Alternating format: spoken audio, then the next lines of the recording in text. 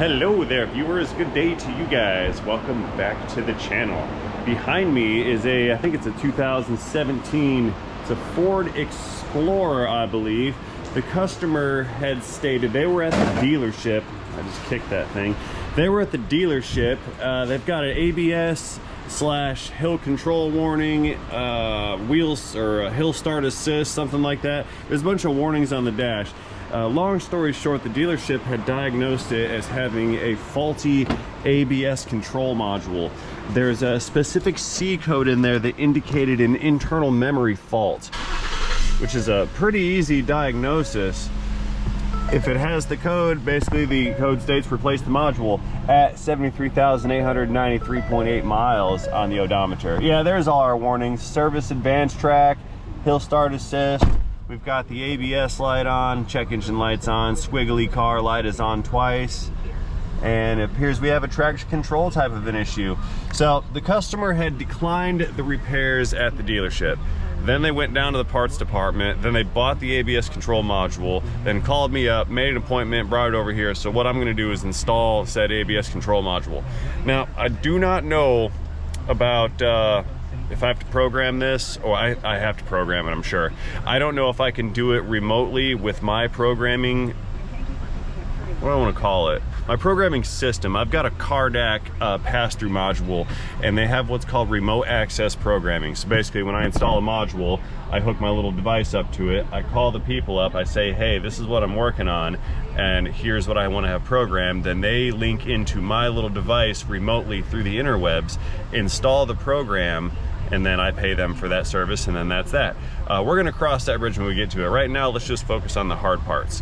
So hard parts meaning actual parts, not like hard to change parts, even though the parts are probably hard to change.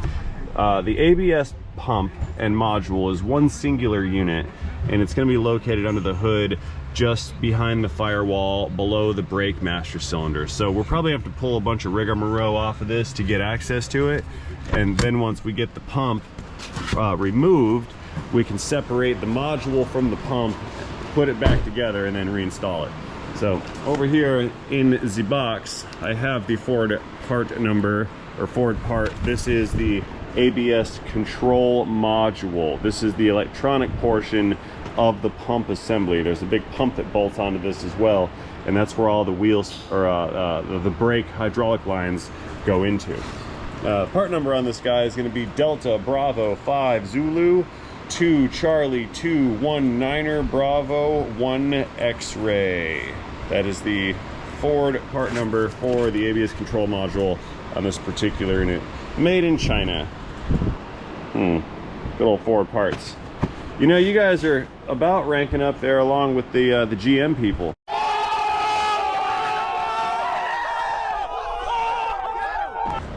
Installing junk parts at a cheap price with a high failure rate, and you're wondering why you've got to issue recalls on 70, 80 something thousand brand new SUVs with a 6.2 liter V8.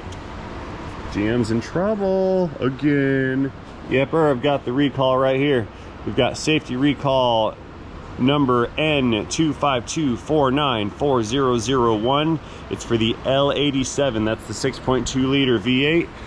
The recall states loss of propulsion. That means engine loss.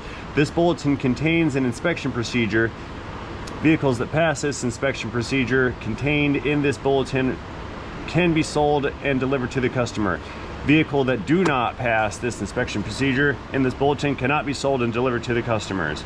Moving along, it kind of outlines which vehicles are affected. It's going to be the Cadillacs, the Chevrolets, and the GMCs. That's the Escalades, Silverados, Suburban, Tahoe, Sierra, Yukon, and Yukon XL from year models 2021 through 2024. Okay, moving on. The correction from GM. This is where it's going to get good. I'm so upset and disappointed with them. The correction: dealers will inspect the vehicles that pass inspection and will be provided a higher viscosity oil. That's a thicker oil. So if the engines have not failed and are not junk, then they're going to put thicker oil in there, and that's going to be the fix according to GM. Now, after GM inspects your engine and determines that your engine has not yet failed, they're saying to replace the engine oil with higher viscosity oil. This requires a new engine oil fill cap because the cap says what kind of oil to put in it. So they're changing the oil viscosity of the engine from like a 0.20 to a 0.40. That's what they're doing. They're putting thicker oil in these things. That's absolutely fantastic. Okay, so the inspection procedure from GM to determine whether or not you have a failed engine. You are to inspect and check for diagnostic trouble code P0016. If diagnostic trouble code P0016 is not set, continue to step 2. Step 2 of this list right here states, if DTC P016 is not set, proceed with the rest of the service bulletin procedure. Quarantine the vehicle and submit labor op, blah, blah, blah, blah. That's the op code to get paid. Vehicles that do not pass inspection procedure are contained in this bulletin cannot be sold to the customer. So if it fails, if it has the trouble code or metal in the oil, then they are not allowed to sell the vehicle. They basically say drain the engine oil and replace the oil and filter. Fill the engine with new 0W40 oil listed in the parts table above. I'm reading that, okay. Replace the engine oil cap with new 040 oil cap. We already talked about that. Print the appropriate language owner's manual insert. So we're revising the owner's manual. This is if you do not have a failed engine, okay. Locate blah blah blah the owner's manual, install the insert. Okay, fine. So basically here's what they're saying. If you have a 6.2 in a GM vehicle built between 21 and 24 and you have a check engine light with a P0016, that's an automatic replacement engine. When they take the engine and give you a new one, probably from the same manufacturing run, they're supposed to change the oil, replace the oil cap, revise the owner's manual, and basically their fix for their problem of blowing up crankshaft bearings is to use thicker oil. Now, I thought we were supposed to use thinner oil because we were supposed to meet CAFE standards for EPA regulations. That's the whole reason we started going down to thinner oils, was for more fuel economy. So now, after the engines have been fuel economy certified, they're all failing with no oil or thin, super thin oil. So now GM has decided to install a thicker oil. I don't think that's really an appropriate fix for a design flaw. And that's the problem here. This is a design flaw. Because after 100 years, you'd think that GM would figure out how to make a V8. All right, so here's the deal. We're getting really sidetracked here, so I actually want to get started on changing out this module right here. I've got a whole separate video outlining the details on this recall. Check this link up here in the right-hand corner, or down in the video description, or in the pinned comment, and that link will take you over to my recall explanation video on these GM engines. As much as we'd all enjoy sitting here watching me rip GM a new one on the internet, I think we need to move on. So what I'm gonna do, we're gonna pull this battery out. We're gonna pull out the air box assembly. That way we can get access down to the ABS module. Power wire right here. Come out. That's not coming out. We need more leverages. Dang. No.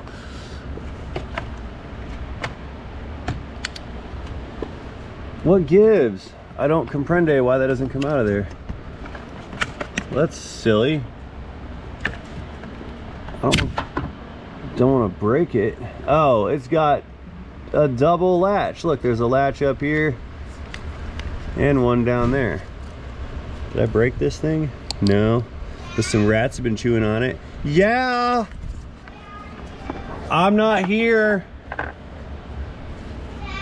Where are you? Yeah, darling. Hang on, boys. I'll be right back.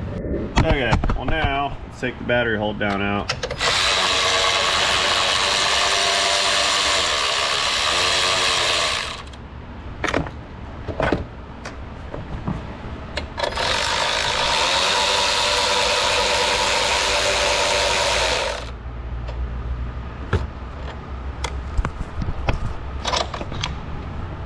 Go up there, Now our battery is free and clear, I think. You know, I'm gonna take apart this little fuse block thing, I think. No, never mind. Can't do that. I can take it off here.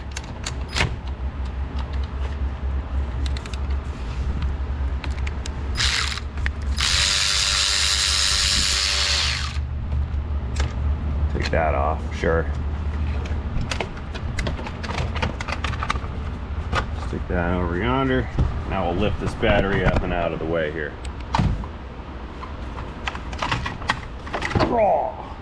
Got it. So with the electron containment module out of the way, we can start to see the ABS module. Let's pull out this battery tray here. A couple 13s, got 2 bolts and 1 nut.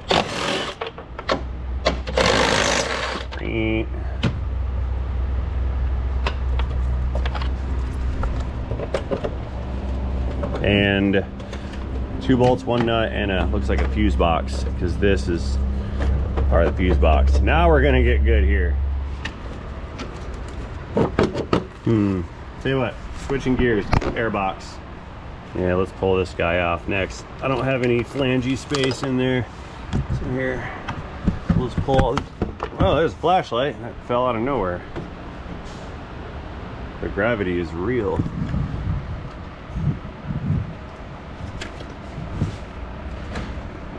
Push that back that way. Give her a twist. Nice little tug, there we go. 8 mil right there.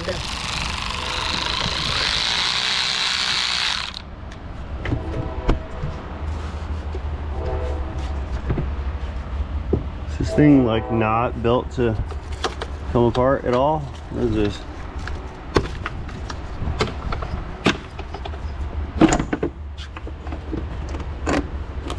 Not serviceable.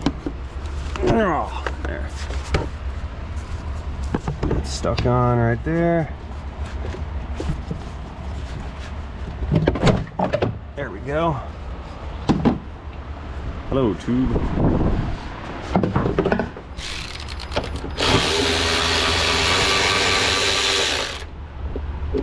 When in doubt, take it out.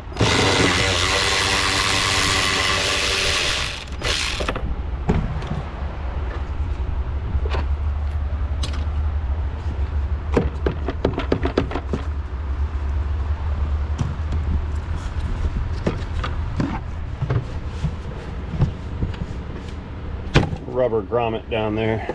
It secures the bottom of this. See it? There's the grommets. Okay. That goes there. Okay, let's clean out the leaves. The leafus and the dirts. Okay. Ah, look at there. There's some more stuff bolting this thing onto some things. That's not what I expected to find in there. Sneaky Ford.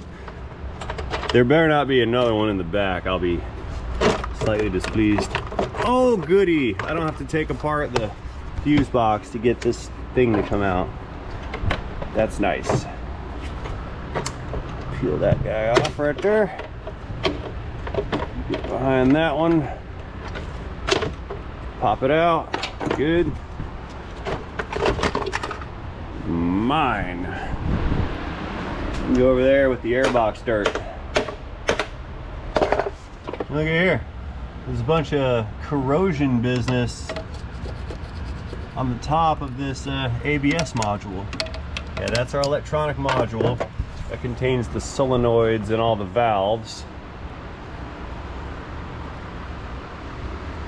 See them in there? Yeah, that's supposed to be our affected part. I didn't diagnose that. The Ford dealership did. It wasn't me.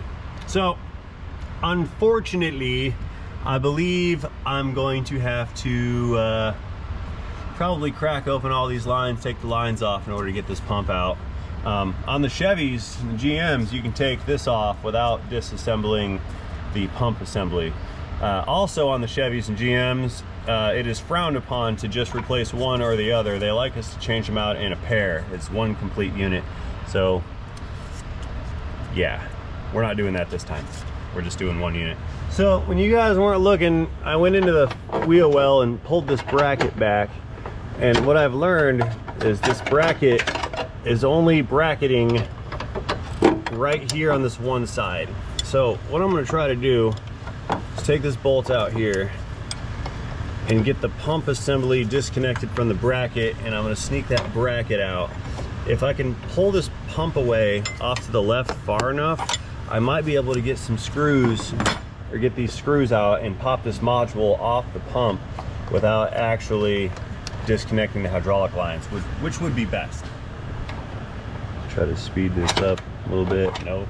Yeah, let's take this little guy out of here, speed this up a little bit with some faster acting ratchets. It's short throw, so it goes faster. Higher rev limit, less reciprocating mass.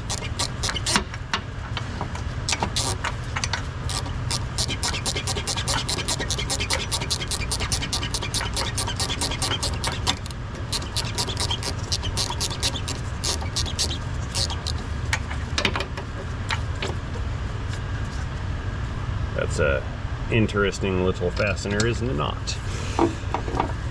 Okay, so that's, I thought wrong. It appears to be bolted on the bottom as well. That's cute. So I thought I was going to take that bracket off of there. That's not going to happen. I don't think. Is it? Is it not? What? I don't know how this is made. It appears to not be bolted on solidly. Maybe it just has grommets.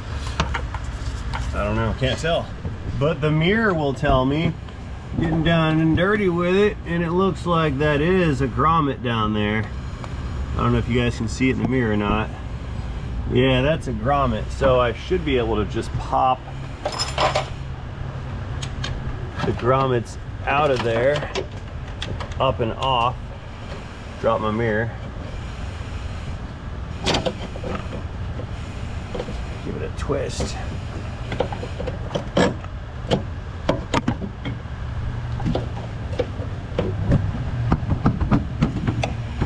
Please come out.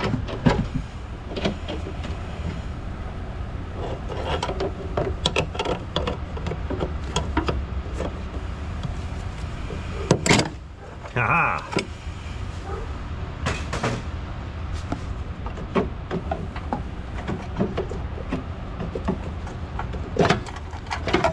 There, now the bracket is out, but the part remains. So, here, and down there in the bottom where you can't see, I can put a finger on all those bolts. And if I can put a finger on them, it means I can take them off. Oh goody.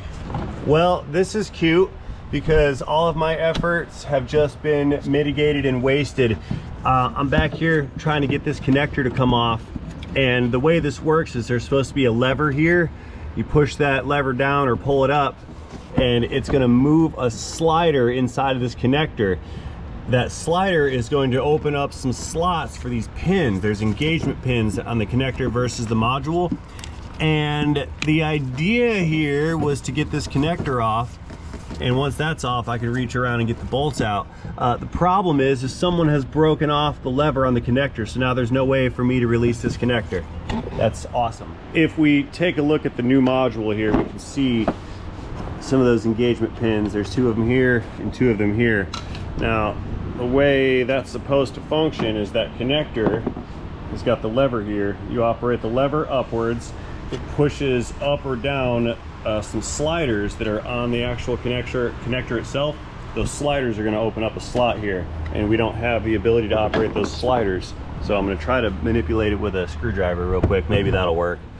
So I know, so there's our rails are in here, and this piece appears to move. So I think this is the one that's locked in that the release clip is supposed to release. So I'm going to kind of pull up on this. It's like picking a lock. We're going to pull up on it, wiggle it, and with enough wiggling and pulling, as we maneuver this, it should, that sounds like a broken piece of plastic. Oh, here we go. It moved, or I broke it. Ah, there we go. That's what I'm looking for. Yeah, whoever broke this, I don't like you.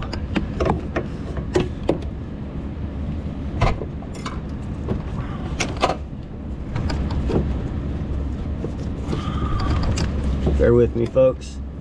Trying to try something here. There we go. We got it. Okay, so now we need some, looks like Torx bits or whatever. It's a T25. Let's pull this module off. Alrighty, so Torx bit, this is a T20 that engages even though it runs a little sideways. I'm gonna get this guy on the zero backlash, zero drive ratchet. Okay. Now the hard part is getting the one down on the bottom, around the corner. What I'm gonna do is break it loose if I can find it. Man, my little time-saving measure is costing a lot of time, isn't it? I need to find it, get this thing in the thing, going around a blind corner here with no space. I'm wondering if I can do this from the bottom. Well, I've got my finger on the fastener, okay? So now I just got to get that Torx bit in the hole, which I'm feeling around, poking it, jamming it in and out. There it is, it's on. So now I'm gonna come in with the ratchet. Oh, I need another hand in there. Wiggle that in there, I'm gonna get it.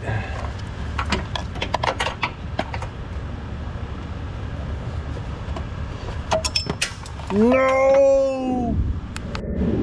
You know, I'm seeing a lot of evidence that someone has attempted this repair before.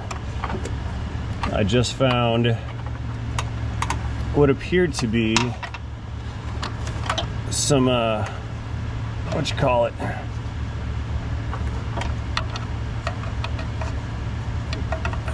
I can't reach anymore. There's wiring harness stuff pulled away, like loom connectors on the back of the firewall over here that have been pulled away. Right there. See that harness back there? Someone's already been in here messing with this. This is a previously failed repair attempt. This tool may be the appropriate configuration to get this fastener to crack loose. As soon as I break torque on it, I get it to come out, but getting to break torque here is the hard part. This thing is recessed quite a bit actually, and I can't seem to get the right tool on it to get it to come loose. The shorter ones run into the plastic, and then the longer one, like I got here, it just runs too long. I think we're, oh, there we go, that's on there. I think that was it. Goody.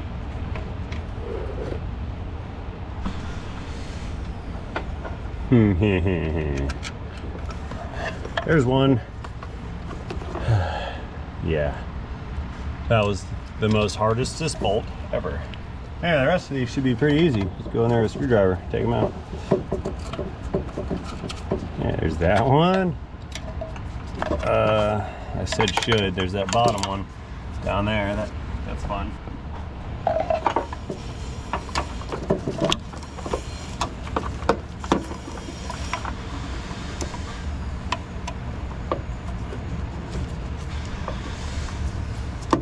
Unclick.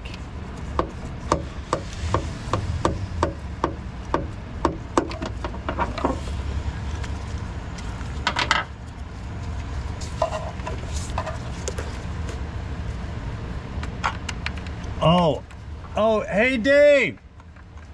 I just figured out something. He's messing with a Jeep over there. It just occurred to me what's wrong with it. Be right back. Okay, looks like we're 3 down, 1 to go. That's not gonna work. Wrong angle on the dangle. Let's try another tool. We got 37 different torque tools out here for this operation. And none of them are the right length. That's what you call irony. There we go. Okay, so the module should be separated from this pump. Now we just need to wiggle it back and peel it off. Let's get some pry driver action.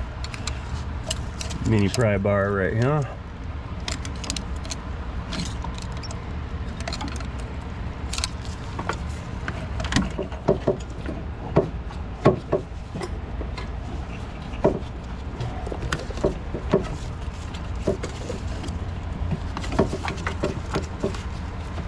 Seriously? Come on. There. There she is.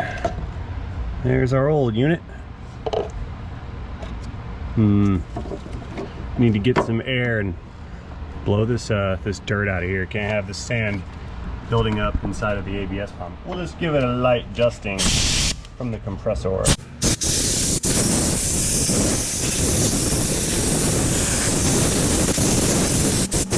There we go. Now, you guys are probably wondering what is all this rigmarole right here. These, I believe, are the individual valves for the dump or the pressure for each individual wheel. I think we got 1 wheel, 2 wheels, 3 wheels, 4 wheels, and then overall dumps. I'm really not sure 100% what they're for, but those are the valves. These in here, I believe, are the solenoids, which are electronic actuated devices. What you do is when the ECM is commanding these valves open or close, it'll energize which solenoid at once, and that's going to operate the valve. I think that's the theory on how this thing is supposed to function. I've never been through the rigorous training exercises regarding these pumps, but I think that's pretty much them, or how they work in a nutshell. Anyway, we slide this new one on, get it seated, and then we'll throw the bolts back in and undo what we just did. We'll power it on and see if I can't program this remote, or see if I've got to have the dealership program it. Yeah, they're gonna love that. You walk in there with new parts and all they get to do is the programming. And by me saying, yeah, they're gonna love that, they're not gonna be happy about that. People don't like to get the tail end of a job. I had a thing called, I'd say it's one technician, or one ticket, one technician. What the dealerships would do is the stuff that like the lube techs could do. Like, let's say I had a car and I sold, I'm doing a head gasket job on there, but then we're also going to do a brake job or something. They would they'd have me do the head gasket job, the hard work, and then they would try to send it off to the lube shop for the lower tier level type of work. Well, that was unfortunate because that's what we call the gravy. That's the stuff that made the whole hard job actually worth it. And when you take it away, you take away our incentive. Now, from a business's standpoint, that's a great idea because you're saving labor money. Why would we pay the guy that gets paid 50 bucks an hour to do the job that the guy that gets paid $20 an hour could do? We're saving 30 bucks an hour. You do that times umpteen amount of technicians and the dealership's making some money. But the problem is you're not factoring in those back end costs like PO'd master techs. You don't want to have a PO'd master tech. That's a bad day. Bad day when the techs are mad at you.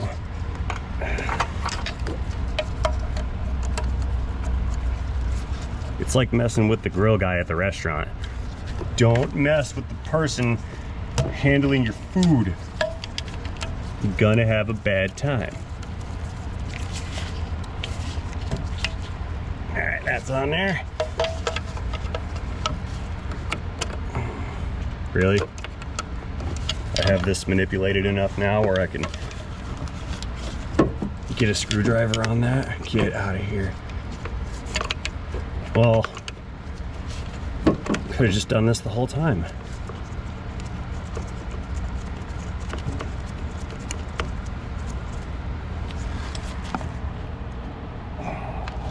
Extra torque, that way no one can ever take that off again.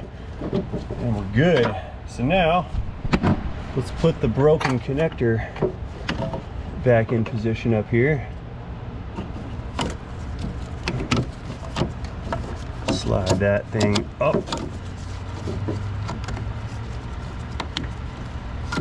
Uh-oh, I've collapsed the connector again. See that?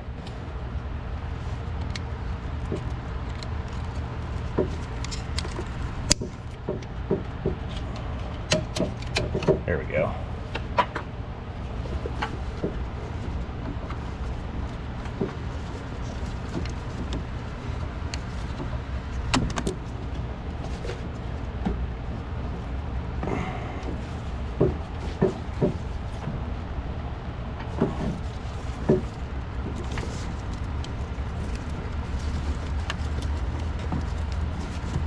Sucks.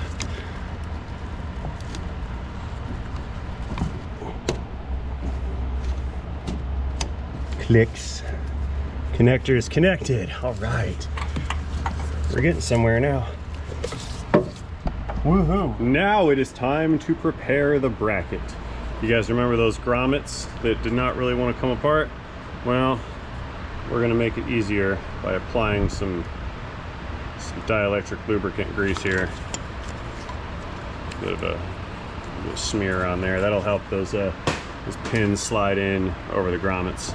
So here, let's sneak this guy back under the pump where it belongs. I forgot how it came out.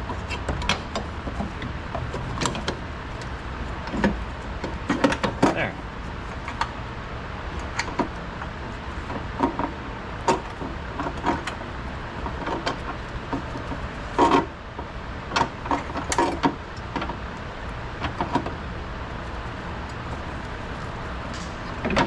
Grommets are sliding in. Good. Got him. In the home stretch. Kinda. I need to push the studs back through the firewall. Or fender liner, fender well, whatever. Through those holes right there. And then the goofy little shouldered bolt into the side of the pump. There we go.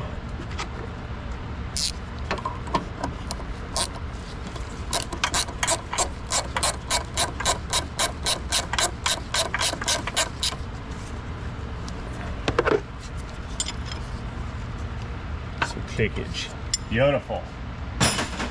Here, let's go into the wheel well real quick and zap those two nuts. There's one of them. And the other one is on this side of the strut, right over there. Way up in that hole there. Hence the wobbly drive. Wobbles are your friend. Clicks. There we go. Okay, so the unit is now mounted. So let's put the rest of this business back together, hit the key, see what happens, clear the codes, program this thing, and we should be good to go. I need a new glove. Yeah, this is what we're gonna call the home stretch here. This is when we know we've achieved some kind of modest victory and we can start to enjoy ourselves. Not fully, you can't fully appreciate it yet because we haven't had a full victory yet. This is just a partial victory. The full victory will be when we start the engine and the lights are off. We're not there yet. Just not there yet, but we will be.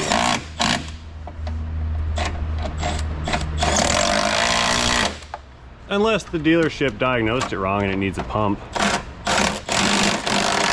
In which case, be doing the job again because the pump's right there. Actually, the pump job is going to be more harder than the module job, because the pump has the lines in it. We'll have to open up the system. Here, let's slap an air box back in there. 2 bolts, 2 grommets. Push it down, and then our fasteners are up here. 2 8 mils straight down below us.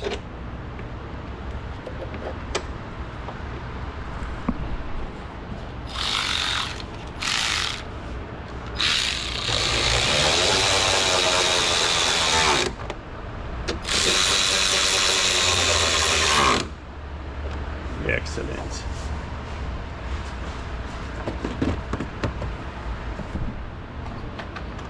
Let's get our intake hooked up next.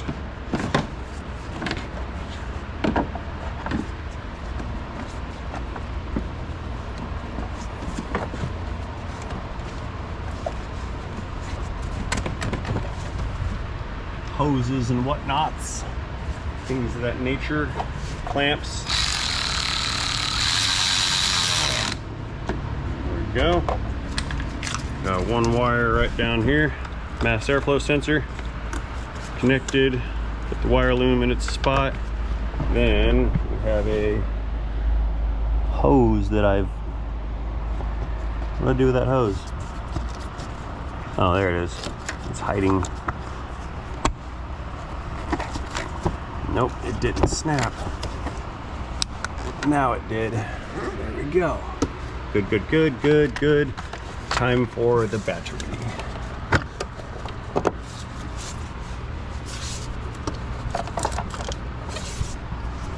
Missed one. See it?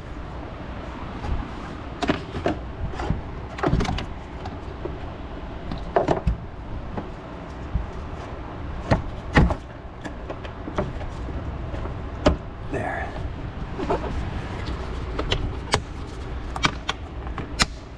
Okay, now it's time for the battery. Oh, missed something. Hang on, there's a nut. Okay, now it's time for the battery. Where is that battery? Over here on the floor. I got it.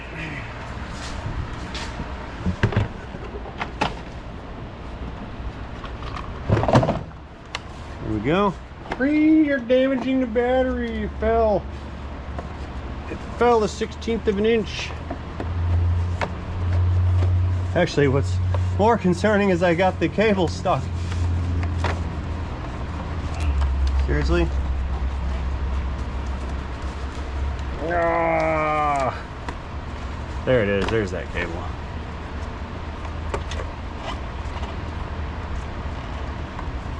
Yeah. Okay. Here, let's clean up these terminal posts real quick. There's a bunch of like corrosion hanging out over here. Give these a bit of a scrub with the wire brush thingy. Nice and shiny.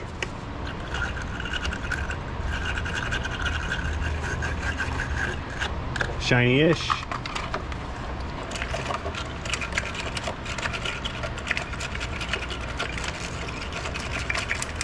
Mo shiny.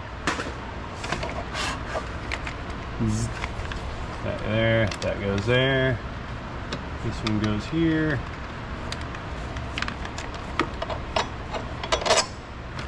There, there, and there. Well, hello, darling. Hello. What you doing?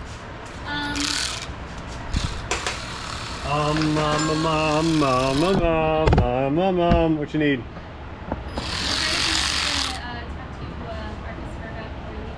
Hang on a second. Okay, I return now with the 10mm socket and the full intention of completing this battery installation. Fix.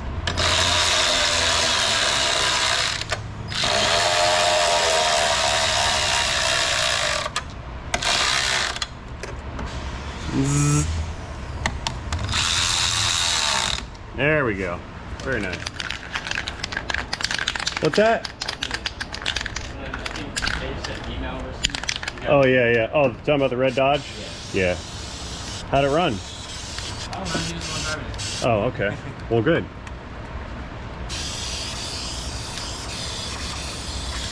No corrosion here. You know, this stuff used to be yellow. Now it's like a not yellow. It's like a creamy white. Whatever's, no big deal. We're back together now, aren't we? Let's go around to the cabin, hit the key, see what this thing does. It's gonna be very upset with me. We're probably gonna see no change because we need to program it. Starting the engine.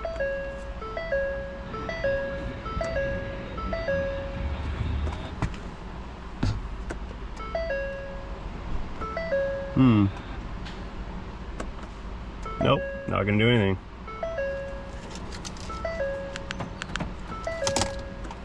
It's so mad about that module replacement, it won't even crank. Or it won't crank with the door open. Maybe that's it, let's try it.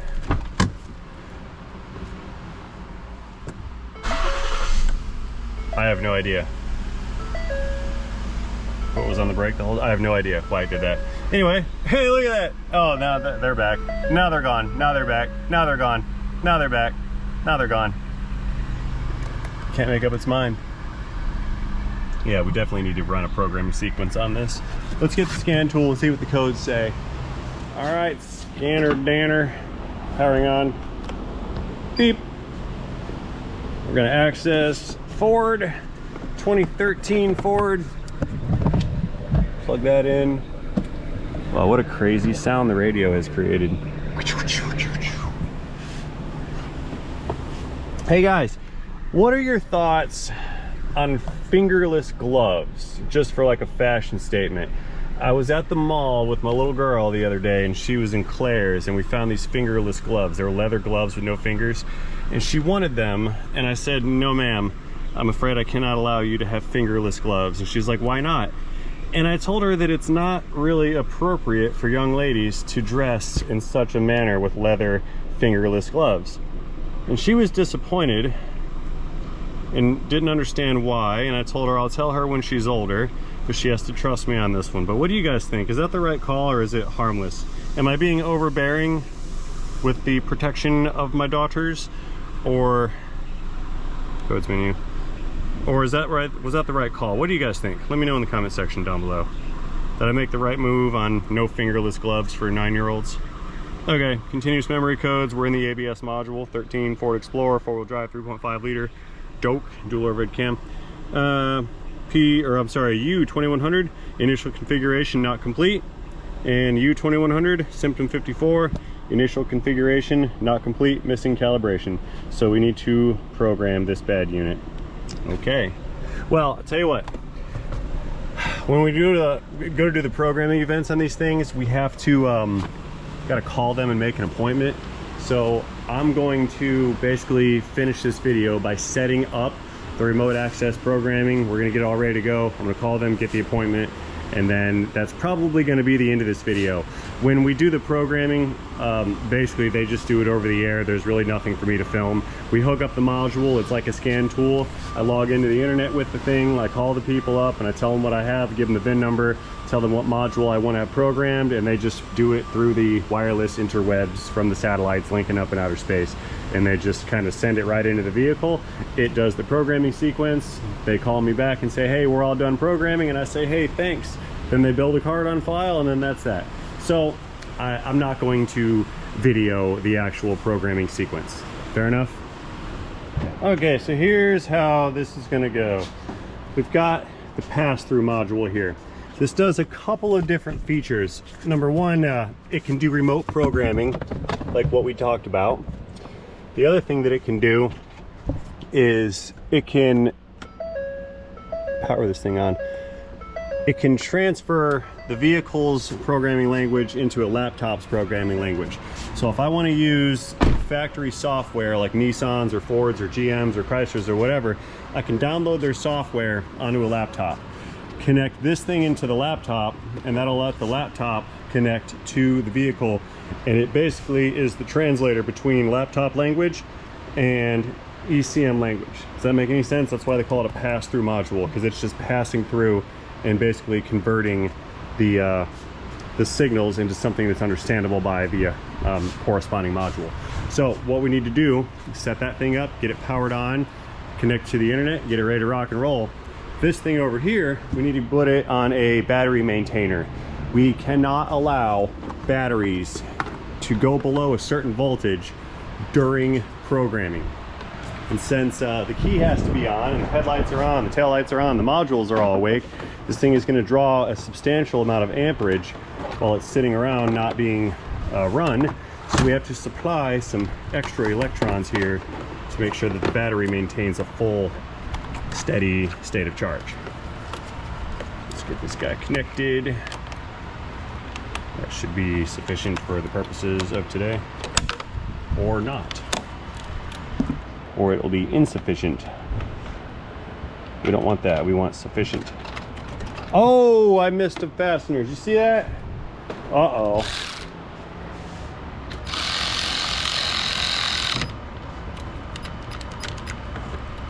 There we go. Good thing I was doing this the right way. That could have been an interesting little comeback later on. There, now that I figured out how to hook up a battery charger, let's get this thing plugged in and powered on. Plug it in. Powering the unit on, we're going to select stable power. Now, Snap-on says that this thing is not sufficient to provide stable power during programming. And they do that for liability purposes. Can't select lower amperage. Yeah, they do that for liability purposes, but we're going to use it for stable power during programming anyway.